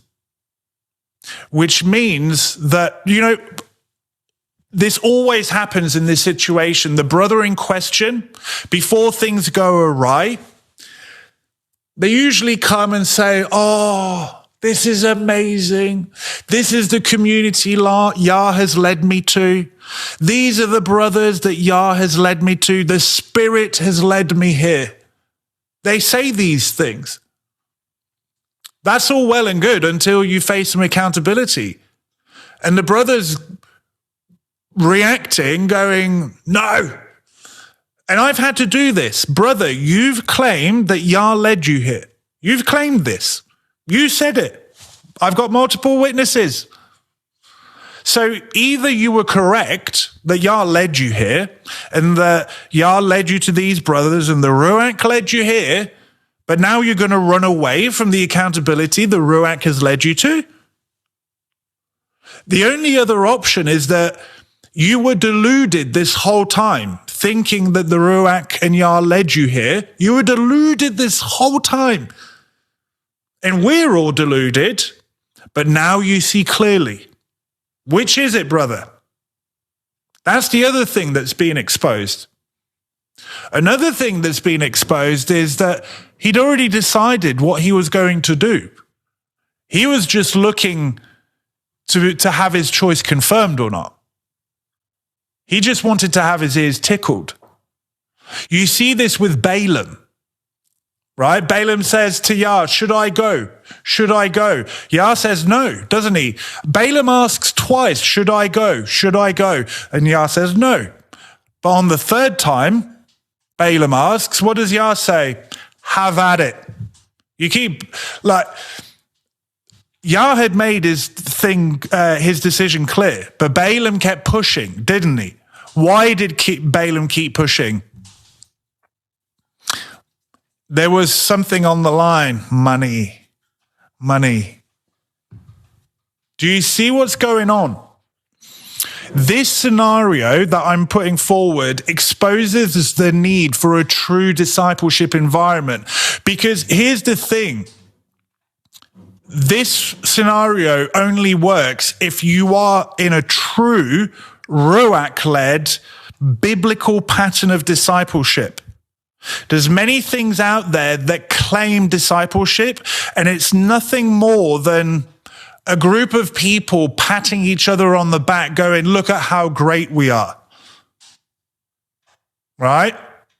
And so you best know and trust who you walk with. You must really know them. Is this a biblical discipleship environment? Can I trust this brother? Because as you can see here, there's some reproof and accountability being given here. These brothers best know me and my life and my situation, and they best be led by the Ruach. Here's the thing, if they are, and you reject that, who is it that you're really rejecting? As Moshe would say, Who am I or Aaron that you come against us? It is against Elohim you come. And so, I've been in this position and I've had to say, brother, you best hope that we're all deluded. Because if not, you're running away from where Yah and Elohim has led you by your claims. Can you see how in this environment, trust is being learnt? Can I trust this brother? In this particular scenario, you have learned that you cannot trust this brother. If he's going to, proverbially stab you in the back on this, and life is not even on the line, like life and death, like it was in the first century. Whew. Here's the thing, though. I've seen this example go right, where the brother has heeded the reproof and accountability and he's made the right choice. I've also seen this example where the brother reacted violently, disappeared for a couple of weeks, and then came to his senses and said, brothers, and he actually truly came to a place of repentance. And here's the thing, that brother who came to his senses and came to repentance, do you think he's been shown to be trustworthy and repentant now? Oh, you bet. Oh, you bet. This is why discipleship and truly what it means to walk in the light is critical. Can you see as well how this situation may involve some garment preparation? Do you see? Scenario number 2. Picture this. This is almost identical, by the way. A group of brothers walking in discipleship and accountability. So again, they're learning what it means to walk in this light. One of the brothers brings in a doctrinal agenda. Already, I can ask, what's being exposed here? He faces some reproof and accountability as part of his discipleship. Again, same thing. He reacts violently and becomes accuser of the brethren. What has been exposed? Everything that I said in scenario number 1 can be applied to this. Everything that got exposed in scenario number 1 is now being exposed here. This brother had the appearance of walking in the light, but he had other ideas. He wasn't laying his life down for the brothers. He's bringing in self-agenda. He thinks he knows better than a multitude of counselors. Again, same thing. Is this truly the group of brothers that Yah led you to by your own admission? Because if it is, you're running away from what Yah has led you to. If it isn't, you were deluded this whole time, but somehow you see clearly now. Do you know and trust who you walk with? One of the most visceral ways that I lived this particular example out, I'd known a brother 5 years before this happened. This very thing happened. 5 years. What do you think happened? Unfortunately, I experienced what it means to have, ultimately this brother would live out what Judas did, minus taking his own life. Became accuser of all the brothers. The good fruit that this brother had had in his life for them 5 years, believe me, he had a lot of overcoming. He'd been a Peter at one point and came to his senses, but it would ultimately be a doctrine that would take this brother out. What was exposed? One of the most heartbreaking things is that though he claimed to love the brothers, he didn't. His love for the brothers was built upon conformity, not unity. Remember what I said earlier, unity is an outcome of this process.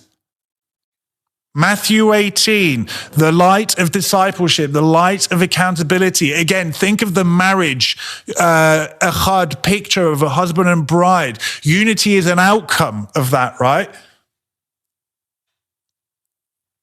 What was exposed is that this brother's love was based on agreement, conformity. What has been exposed?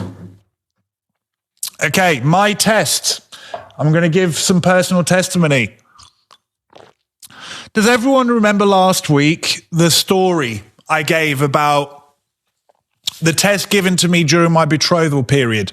I'm not going to go through it in detail because I gave it last week. So watch last week's teaching. But you'll remember how my wife and I, my now wife, who at the time I was betrothed to, we were in this assembly, and Yah called me out of it, and he called me out of it the same week that my future in-laws decided to become members, which created some really interesting dynamics. And you'll remember how while I was in this assembly, Ruth and I were actually on the road to becoming salaried leadership of that assembly, okay? So... And I had to put it in modern lingo, I had a really sweet gig, right? Ruth and I were on the worship team. I'm giving the sermonettes. They're handpicking us to become salaried leadership. And Yah says, nope, that's it. You're done here. Plus, there was wonky stuff going on in there. But anyway, and I mentioned, what was my test in all of this? Well, my test, part of it was his promise my way. Before I even came to this assembly, I knew Yah had made it clear to me over my journey that eventually I would end up in the position I'm in now, i.e., a servant leader within his body teaching and doing and helping others. The analogy that was given to me was feeding his sheep, okay? I knew that was coming. And so part of my test is being called out of there, because I remember being in this assembly going, is this it? Is this what you said to me? Is this what's coming to pass? And I had to kind of go, okay, am I going to choose doing his promise my way, if that makes sense? Is this me becoming a servant leader in his body and feeding his sheep, despite the fact that I knew there was a lot of wonkiness going on in that assembly? And I thought, is this my opportunity to fix them? Oh, wow. The other part of the test was I had to lay my future bride on the altar. So last week, my beautiful bride Ruth came on and gave her testimony in her side of the story. But I said that as part of choosing this, I had to lay her on the altar because I wasn't going to control, convince, or convert her. I said to her, you know why I'm leaving. We were very close at this stage, and you know why, but I'm not going to make a decision for you. I do believe you are my bride given to me by Yah. I do want you to come with me, but the choice is yours. And I did that because Elohim gave me free will, therefore I will give my wife free will. I fear Yah enough to know that my bride does not stand before me on Judgment Day. She stands before Messiah. And so she had to make her choice. It was hard for me to make that choice, but I made it. That was my test in all of this. What I didn't mention in the teaching, there was a brother who watched this whole journey. His name is Curtis Reed. You may have heard of him. He was walking with me in discipleship while all this was going on. This was before the olive branch became even a thing. In fact, as part of this test, I would come out of this assembly where my wife and I met. I would end up in this tiny little house group. Most of you have heard the story. And this tiny little house group would become the foundation of the Olive Branch Fellowship. And then the rest is history. I've put here in the note, the outcome of this test, of my test in the time domain, would actually become the foundation for walking in servant leadership of this community. Everything that you see in this community, where it's ended up coming to, how the eldership was birthed and how the journey would come across, it all began with this test. And this test occurred between 2016 and 2017.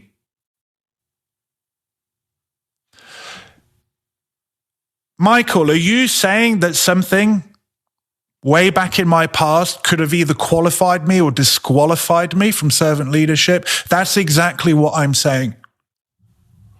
Had I failed in this test, look, Yah's will be done. He would have founded a community elsewhere. Had I failed this test, I just wouldn't have been part of what Yah was doing either here or in that portion of the UK. But here's what was tested and exposed.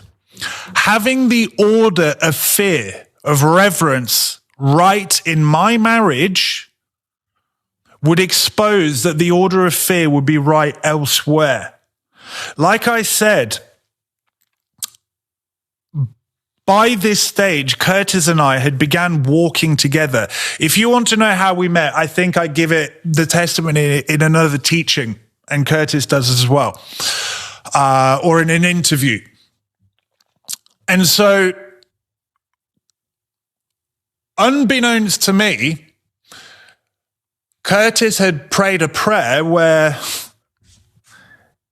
the Father had led him to take discipleship wider. And Curtis had gone, Father, I'm not going to manufacture this. You bring the men to me. And through a series of Yah ordained events, Curtis and I would end up meeting and fellowshipping. And I was in this quandary. I was just someone walking my faith out. And I was being faced with possibly losing my bride, possibly losing friends because of this decision I would have to make. And ultimately, this decision can be boiled down to, am I going to fear Elohim and trust him? Or am I going to choose self? Okay? That's what I was living. That's what I was living. Curtis is watching all this and he's going, is this a brother man who's a man of salt? Does he fear Elohim? Because whether I fear Elohim or not would be the deciding factor of whether Curtis can learn to trust me or not in discipleship at a deeper and intimate level. This would then pave the foundation for Curtis and I walking together in servant leadership. Now, I'm going to lay a foundation for next week's teaching. And what's really interesting is that I've now lived both sides of this coin. Because in this particular testimony, I'm living the side of the coin where Curtis is learning to trust me so that he can figure out, am I a trustworthy brother to walk with, so that eventually servant leadership, walking in servant leadership can become a thing. Okay? I would then go on to experience the other side of the coin when the Father would call me out of the UK to Canada, and I'm having to decide who's going to take over the local gathering in the UK. Well, how do I go about vetting a servant leader? I'd learned and watched by what you could say is the process of imitate me as I imitate Messiah. I'd lived one side of the coin with Curtis, and that gave me the tools and resources. And then my discipleship over the years would give me the tools and resources to go, who's going to take over from me? Who is Yah appointing in the UK when I leave? I'm laying this seed for next week's teaching. But what I will say is you cannot walk with someone in servant leadership unless you've got the brotherhood level sorted out. And how do you walk out the brotherhood level? You watched them make decisions. Curtis would watch me make the decision of, do I fear Yah? And am I willing to lay literally everything in my life on the altar to follow Yah? That was my choice, my test. And Curtis witnessed this. I want to put this point here as well. Would my brother, in this situation, Curtis, allow me the journey? Or would Curtis be guilty of the 3 deadly C's: control, convince, convert? Because here's my side of the coin. When Curtis was walking this journey out with me, not once did he tell me what to do. He never told me to leave the assembly. He never told me to stay in it. All he did was say, if you do this, this may happen. If you do that, that may happen. That was part of it. Curtis also said, brother, how do you feel about this? Michael, what do you think Yah's telling you? Remember what I said, that when we face these decisions, if we're honest with ourselves, deep down inside, we know what the right thing is to do. But it's almost this reaction of, I know what I need to do, but I also know what making that decision, I know what that will cost, and I also know what potential costs may come as a result of this. And for me, even down to my future bride, because I was going to allow her journey to be real. I was not going to control, convince, and convert my future bride, my now wife, to follow me. I wanted her fear of Yah to be legitimate. Curtis witnessed that. And he's wanting to know, is this a man that fears Yah? Because again, I will say this test in my life would be one of the foundations for ultimately how this community would come about. Not that Curtis and I are great or anything. Yah's will would have been done. He would have raised the community without Curtis and I, or without me, had we failed our tests. But because we made some good decisions, we got given the privilege and the honor to be part of what the Father's doing. The Father got to see, can I trust these 2 donkeys? Turns out I can.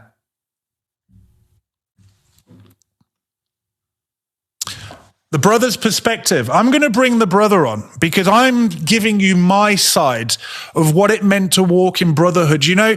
And before he comes on and speaks and gives his side, I had to learn to trust Curtis.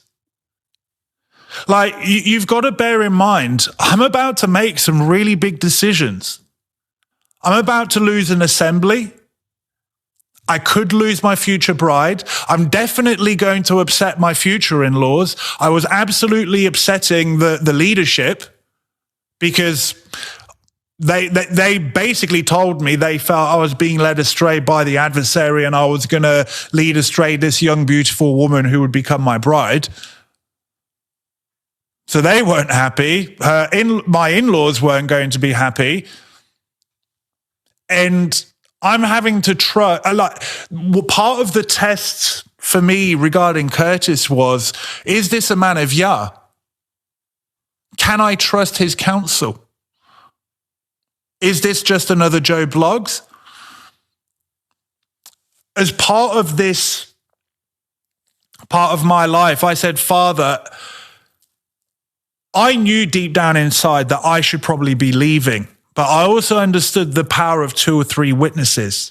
And Curtis would become the second witness to what my spirit was telling me, if that makes sense. And I had to vet Curtis himself. And again, we had multiple meetings. We had multiple meetings before I made my final decision. And like I said, Curtis would say, if you do this, this will happen. If you do that, that will happen. Let me know what decision you make, how it pans out. And when it's panned out, give me another call. And I would make my decision. And lo and behold, when I chose this happened. And when I chose that happened. And what I got to witness over the course of quite a few months is that, man, this donkey really is wise. Everything he said has come to pass. Pretty much exactly the way he said it would. I was learning to trust that this is a man of Elohim. And my journey was benefiting because of it. I started to realize, my goodness, this donkey is actually an answer to my prayer. Because I was all alone. Like, okay, I was in an assembly, but, I was being awakened, so to speak. I was going deeper in my faith, and the assembly I was in at the time was not going deeper in their faith. They were stagnating. And so I remember my prayer of, Father, I want other people that are in the same or better place than me. And Curtis came along. And so over a period of time, I got to see, man, I think I can trust this guy. As part of learning to trust him, I bore parts of my soul to him, and he got to see some of the ugliness of Michael's fallen nature. And the way he treated me with love and dignity stood out. Had I exposed that vulnerable side of me to a religious faction, they would have hung me out to dry. Curtis pretty much said, okay, what now? You're a sinner. What now? What are we going to do to move past this? How can I help you? And so through that, I got to experience what someone going before me, helping me out. I got to learn to trust this brother. Now, he was testing me on a whole other line of sight, which would then become the foundation for servant leadership. And we'll get into that next week, like I said, because I got to experience both sides of the coins. But hey, enough of me. Curtis, do come on. I want you to give your side of the testimony, especially as to how it would apply to our brotherhood. Because as I've said in the teaching, it's only when brotherhood is solid that then you can then walk at servant leadership level. So yeah, come on, mate. Can you hear me? I can hear and see you. There we go. Shabbat shalom, everyone. The journey. I thought this was just about being right. I didn't realize it had anything to do with doing right.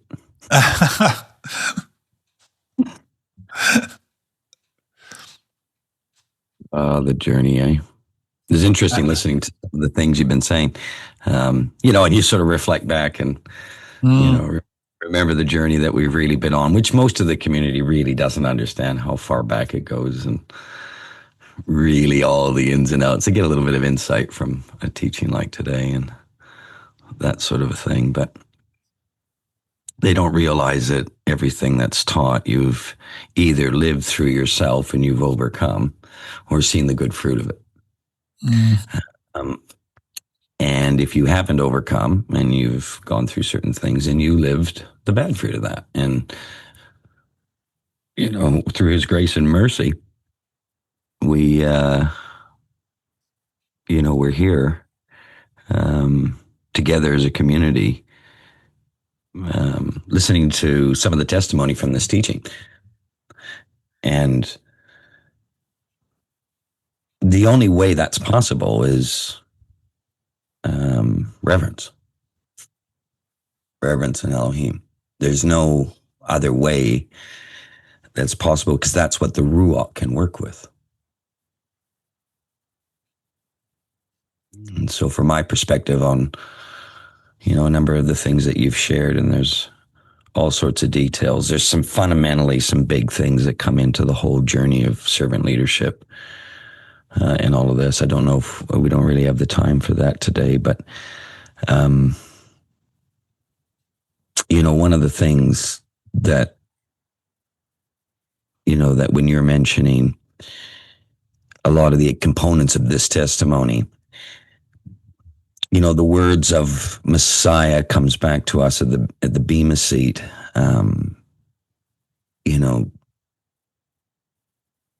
Master, master, didn't we?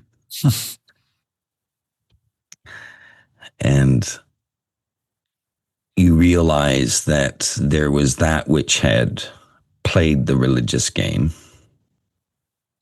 and whitewashed the tombs, and they're facing a very different perspective. And the master's words to them is, "Depart from me, I never knew you." And we never consider how it is we get to know the master. And there's two things. Without reverence, you won't mature and grow in the master. And if you don't walk with people that grow and mature in the master, you won't get to know the master. And then he won't get to know you. What if the very essence of us knowing him and him knowing us was based on him maturing in us? We read these words and we think it's some magical fairy tale of spiritual pixie dusts and our vain imaginations. I never knew you. Oh, I know Messiah because I made him up in my mind. I've got this picture of him and Messiah does everything. And then you discover eventually, long enough, that, wait a minute, Messiah is me. It's not him. You made him up. When you come into a true discipleship walk, you're not here to be right. We're trying to help each other to do right. And without the reverence of Elohim, you're never going to allow these processes. One of the things, Michael, that you're right in what you said today, it was one of the things I was looking for, is this a man that fears Elohim? First and foremost, I need to understand that, because without that, there is no way for me to trust him or him to trust me. That it can't be understood that way, because in order to really know whether you can trust someone, there's going to be some testings. There's going to be how we walk out, what we face, what we don't. And so a lot of times things are conspicuous by their absence. Sometimes the Father may not be giving us the favor we would like in our life, and that exposes us too. What happens when we don't get the favor that we pray for or wish for or want for from the Father? What is our character then? It's not just, we think of test almost as if something's put in front of us. We don't understand that it's also that which is not allowed to be in front of us. And then you have to learn to observe that and understand the things that are conspicuous in their absence as we learn to trust and observe whether there's reverence or not. One of the things that we often see is people in men in the discipleship environments, they'll self-sabotage, won't they, Michael? They'll emotionally self-sabotage their whole discipleship environment because they hide behind whatever their understanding of a doctrinal matter is at the time, or a need to be right based on whatever they know or think they know. And so they hide behind the box ticking of religion. And you can do that with the Torah, or you can do that with on the other side of the river, where you just make them up in your own mind and you're basically worshiping self. And we don't actually go on the real journey. And we actually live this life, I call it the untrusting space, where you're so busy because you've been maybe hurt in your life, whether it be your upbringing or religious journey or whatever it is to date. But you've found yourself in such an untrusting space, the dog in the trap, if you will, that you're so busy being consumed with now not being deceived, that you never take the journey to being set free. And so many people that are constantly living in this space, I cannot be deceived, I cannot trust, I cannot do, but they'll gain the knowledge never coming to the intimate knowledge of Messiah. And that is actually, funnily enough, the place where you get deceived, is when you actually don't walk out the journey. You'll get stuck in our doctrinal agendas or whatever else it might be, and the hurt and everything else, and you never get to know Messiah because you never walked with someone. The sad thing is this can happen at the marriage level. And then it's a very difficult thing to take it beyond the marriage covenant and say, okay, well, all right, this may not be as an intimate place, but now I need to understand Messiah and brotherhood, which is today. You know, and so I needed to observe it first and how you were going to look at your betrothal with Ruth and everything else. And so we had quite a journey there, and in that journey, I saw a brother who did have reverence of Elohim. Through many, many things. Like there's a lot of servant leadership examples, which we won't have time to talk about a bit more today, but I think you're addressing that next week. Is that right? Yeah. Yeah. And there's some interesting testimony to share along the way, but I would say to Michael, trust is learned. You don't have to earn my trust, and I don't want you to give it. We're going to actually learn this, and then it becomes real. And then a brotherhood is founded on a real thing, just like a marriage must be. Well, it's the same thing in a brotherhood. And then it comes to a wider community. But if somebody is self-sabotaging themselves emotionally based on doctrinal matters or matters of, not overcoming and not being healed from past wrongs, or maybe even not even acknowledging the wrongs they've done, and got themselves in that position, they're not able to really look in the mirror. We make these statements saying, look in the mirror, and it's not just a glib statement. We really actually have to look in the mirror and go, wait a minute, do I have a reverence of Yah, or do I have a fear of circumstance and man and all these sorts of things? A bride that will learn reverence truly in Elohim, her nurture design will seek to nurture her husband because she fears Elohim. She also gains the wisdom eventually of knowing that if she nurtures her husband, she's nurturing the protector design. And if you nurture the protector design, guess what you're going to get? You're going to get physical protection, and you'll be a part of the spiritual protection, and then it goes back around.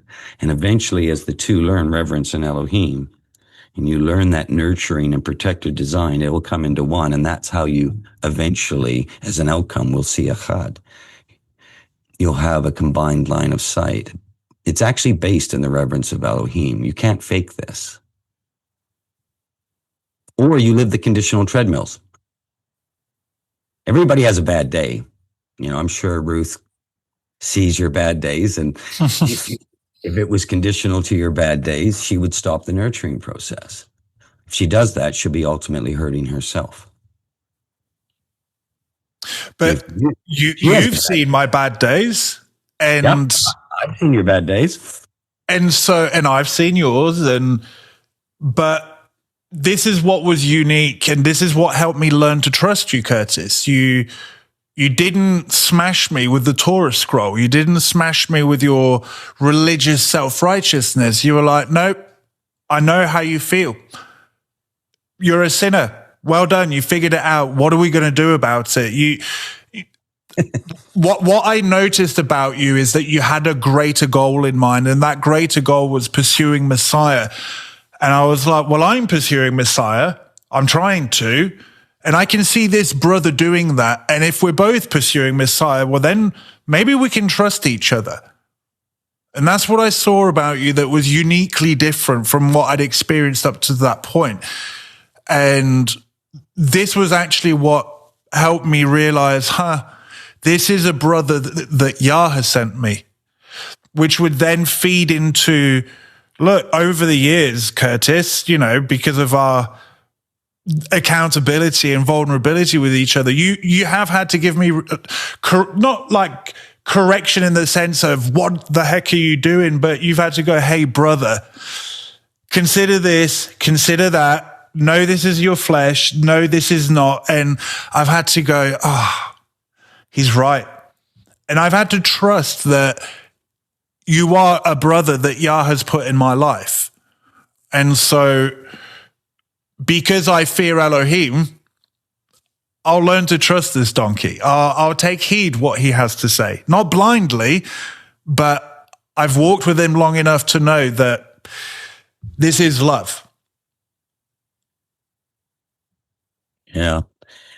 Well, again, that's the thing you're observing is the brother learning trust. And you know that he, you know, or sister. When we say brother, we're talking, you know, brothers, sisters, and in a wider context of the community. But when somebody is willing to go to that place where they will stand with a brother or sister, and they know I'm either going to face self-righteousness or I'm going to face his righteousness. When the place when you start to learn trust is you realize you're always standing before a righteous Messiah. So what we're actually fearing is self-righteousness, where someone is going to put upon us their judgment of something, how they're going to treat us. And this is where we have inevitably may have lost trust in others, because we actually faced self-righteousness. But when you get the reverence of Yah, you know, and I saw this in our brotherhood, we could live in the space of us both failing before his righteousness. And now you start realizing, wait a minute, I'm walking with another brother who's also failing in, you know, when it is compared to a holy set apart righteousness. We fail. And if we don't know this, then we only have self-righteousness to turn to. What it is we think we're good at or know or have overcome or whatever it is. And then we self-sabotage the whole process. We have unfortunately seen, and I've unfortunately seen, where you watch brothers come into a discipleship process and the untrusting space is so great they cannot overcome, because it is safer for them ultimately to hide in religion or knowledge or so-called thereof. I will not go to this space. So I'd rather have a doctrinal argument or a discussion, or, you know, I don't like what Michael said last week, you know, and so therefore that's my reason now for still walking in an untrusting space. Well, I got news for people. You don't get to use what Michael and I teach as an excuse to not walk in the light, which Michael had raised in this teaching. You can not understand, not agree, or be working out a matter that's being said by what the Father may have brought you to. But what you don't get to do is use your emotional reaction to negate the process, to eventually stamp it out. You have the sovereign right to do that, but you will hurt yourself. Michael didn't do that, and I was watching that very closely. Will he hide behind his knowledge or so-called knowledge? Will he hide behind whatever has brought him to this place in life to date? Will he remain in that space? Or does he fear Yah enough to know that he needs to grow and mature beyond that space? And as Messiah has grown in him, and I've got to witness this over the years, I get to know Messiah better. And Messiah gets to know me better, and vice versa. You see, in this brotherhood example that we're using, and this includes other brothers and things like that in the discipleship environments, but, you know, given it's Michael and I today doing the brother discussions, we get to learn who Messiah is through each other, just like a husband and wife should at the most intimate levels. And we're now on that next intimate level out. And so all these dimensions teach us who he actually is, but also he gets to learn us as our sovereignty allows ourselves to go somewhere where we wouldn't normally go. And this is the statement. How does Messiah get to know us? And if it's Messiah in us, so if we don't have reverence, we won't mature. If we don't mature, we don't walk with Messiah. If we don't walk with Messiah, does he get to know us? If all Messiah is getting is our emotional reactions, living a life of trying not to be deceived, trusting no one, doing all of those things, how did Messiah get to know you? I've known many brothers who you try and walk with them and you go, okay, you have no reverence of Elohim. I see it in your actions. You have emotional reactions all the time. You hide behind the Torah or behind the Brit in your image of Messiah or hiding in your box tickings. But every time I see it get remotely intimate, you run away. You point the finger. You judge, and I see the hurt. And you're not even judging them, are you, Michael? No. You're just looking and going, oh, brother, sister, can you get beyond this place? I know you're hurt. But I can't learn to trust you if you don't. It doesn't mean that you may not be trustworthy or can't become trustworthy. But over the years, you start to realize those who struggle to trust ultimately cannot be trusted. And so we actually have to overcome and heal from this. Michael, you had many reasons, even when I'd met you, to perhaps not trust leadership. You did. Yeah. And I told you that flat out. I said, okay, all right, I get it. I didn't force you, thou shalt trust me. If you don't trust me, you're terrible. And all that sort of a thing. The reason why you experienced what you did with me, and hopefully the brothers one to another, is that when you really know that trust is a learned space, then you have to grant mercy. You have to grant the place that's going to allow the trust environment. But someone through that whole process has the sovereign right to continually self-sabotage themselves. And what you didn't do is you didn't self-sabotage the process. You actually would sit and listen to stuff that others wouldn't. They wouldn't hear it. Too prideful, too untrusting, too I know better, too self-righteous, whatever it might be. I wasn't interested in any of that. I was just interested in how you'd react. Do I see reference? Let me ask you one more question before we kind of wrap the testimony and teaching up. But I've got here, would my brother allow me the journey or be guilty of the 3 deadly sins? Because you're speaking to my side of the coin right now. You were watching me. You wanted to know if I had the fear of Elohim. But why did you not commit the 3 deadly sins? And what I want you to really bring out is, why is this important, especially within a discipleship environment? Why you would not go to the 3 deadly sins when walking in this intimate space with another brother or sister? That's a good question. If I condemn you based from a place of servant leadership, if I actually was to condemn the one who, the Father had brought into my life, they could go into that untrusting phobos space. They fear the condemnation, so they wear a religious face.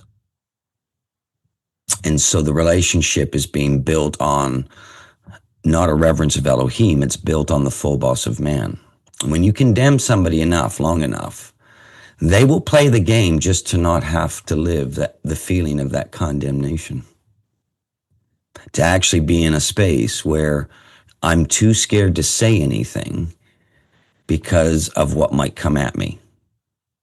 And unfortunately, many of us here gathered have faced that, whether it be from servant leadership, could even be in the marriage covenant, could be in our parents raising. We face that. We're too scared to say anything. I'm going to get condemned one way or another for this. So you shut someone down, and in that space, you will never get to know someone. They will never open up to you. You could be technically right, but they will never share with you the things that they may need to work through in their lives, because they simply have the phobos of the person who they are standing, sitting with, speaking to, looking at. The control, if you seek to control someone, if you do that, especially off the phobos space, off the condemning space, it's one of two things. They conform, and you can play the religious game, or they manifest and take off because they don't want. You're controlling me, you're doing that, whatever it might be.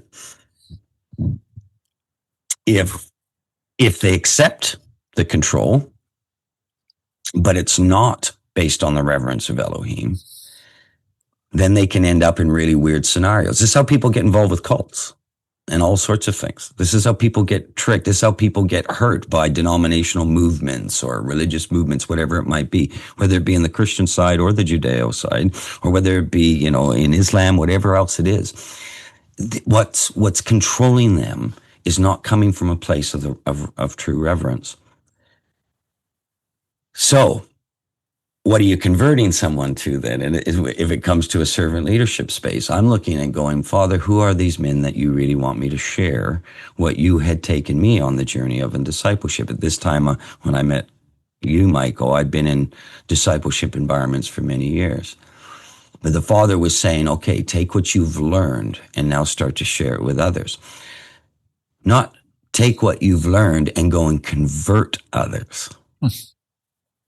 Big difference.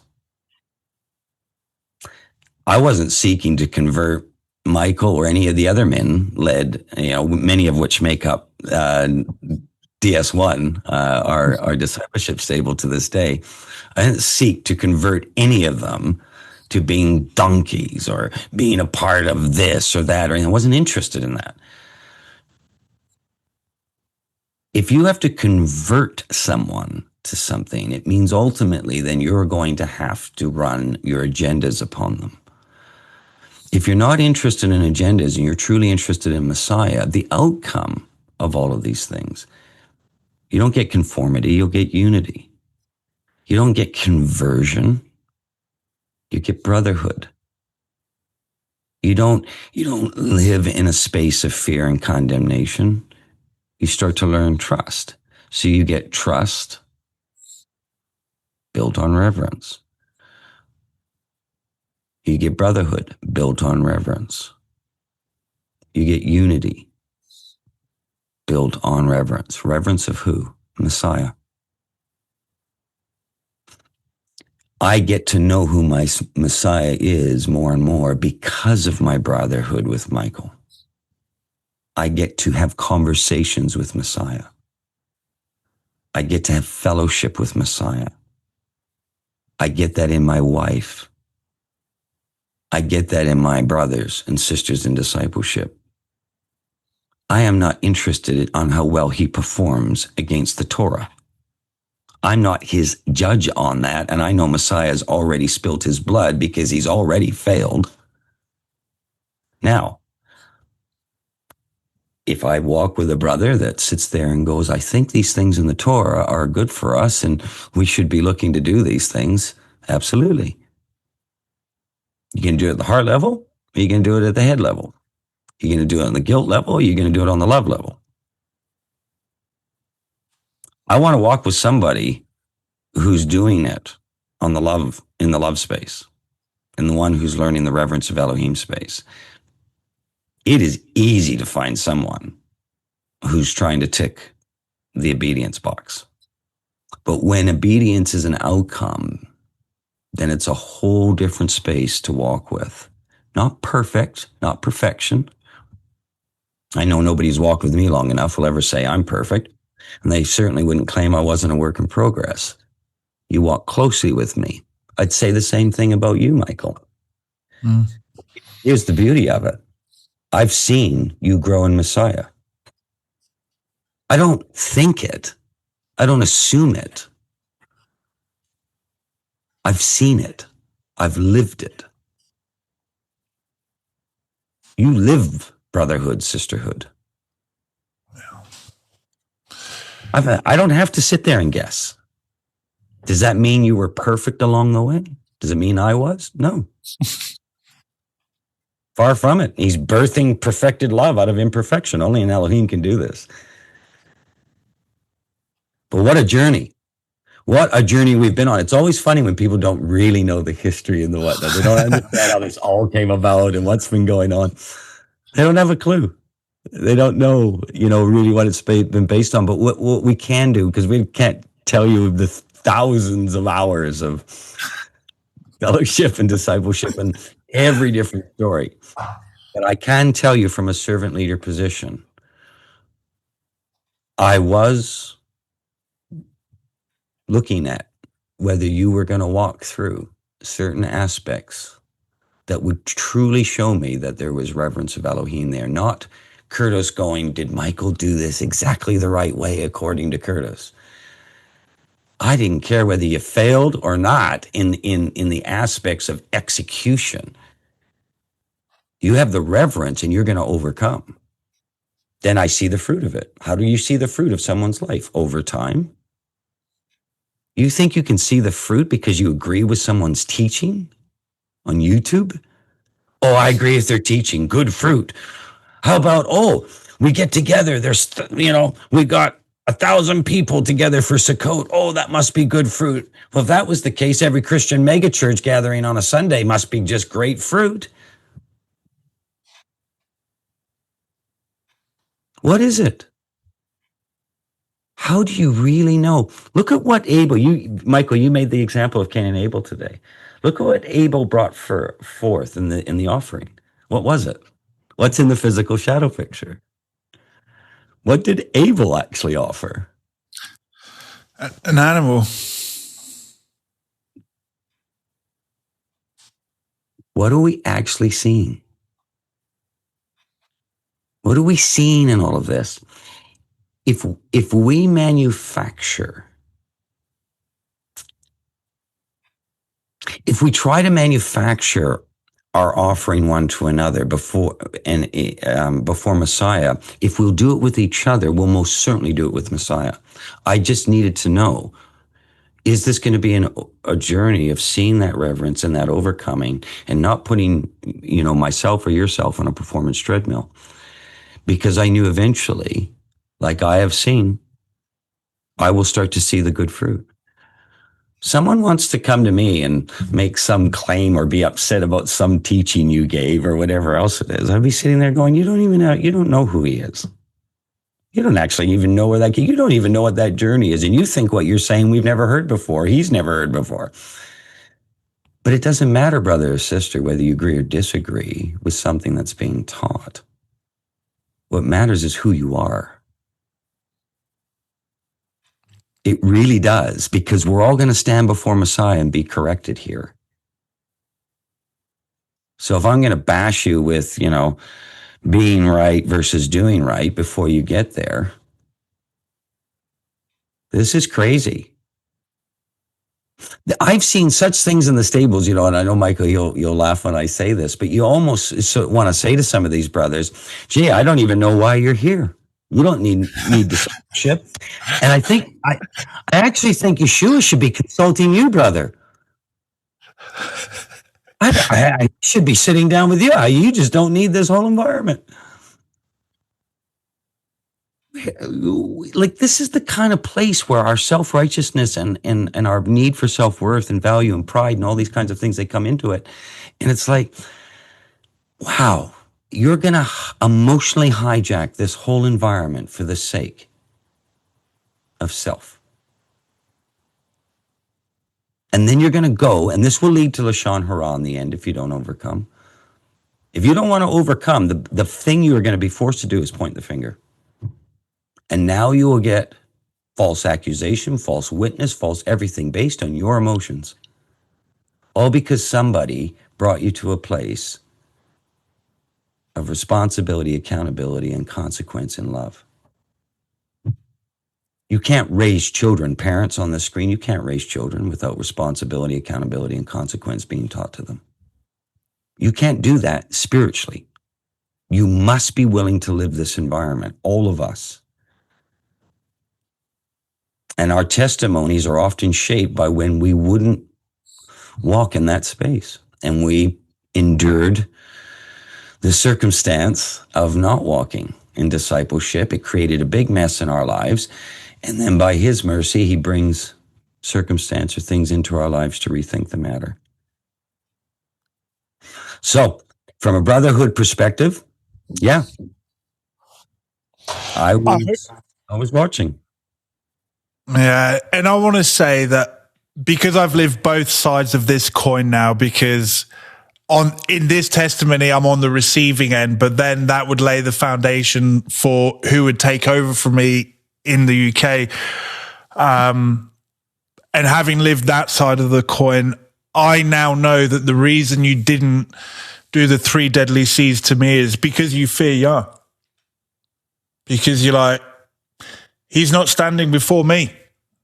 He's standing before Messiah, and I will stand before Messiah, and I need this journey to be real. And so I hope for the community and those watching that people really get an essence of what walking in the light really means, but how you truly get to know someone, and why I would open up the teaching with you don't know someone until you watch them make these decisions that expose the fear of Yah or the lack thereof, because the measure they measure one way will be the measure they measure the other way. What you do to Yah, you'll do to your brothers, and what you do to your brothers, you'll do to Yah. And so I hope when you say that, it's so true, because I was actually watching that with actually you and Ruth and entering into a betrothal environment. I was actually watching how you do. I knew you were hearing things from me that was going to put that journey, I guess, in a physical way, or at least in a full boss way, a fear way of circumstance. Well, I could lose my relationship with this woman that I believe that Yah has put into my life.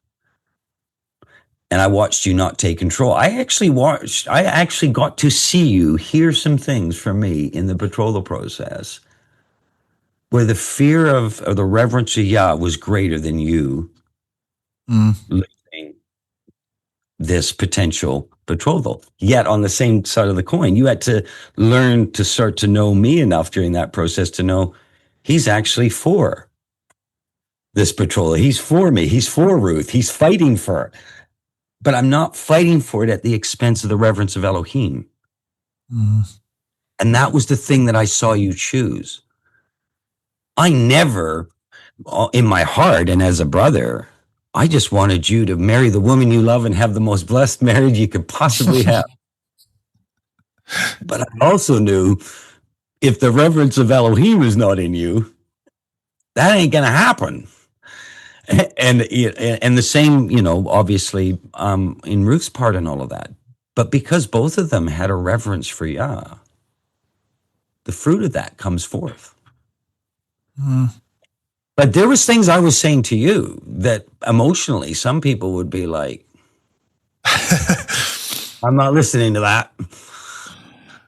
Anyone who's had counsel from Curtis or myself will know exactly what Curtis is saying right now. Sometimes the counsel you hear, again, deep down inside, it's probably right, but it still cuts.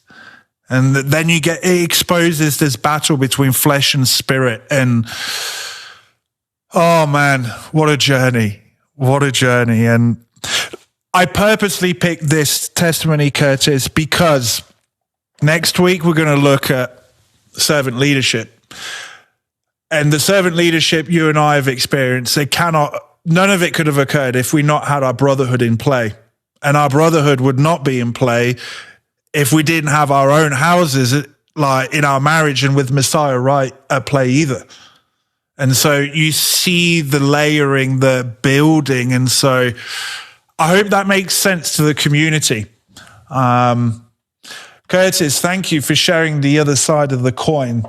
We're going to finish with this final scripture. It's definitely the final one.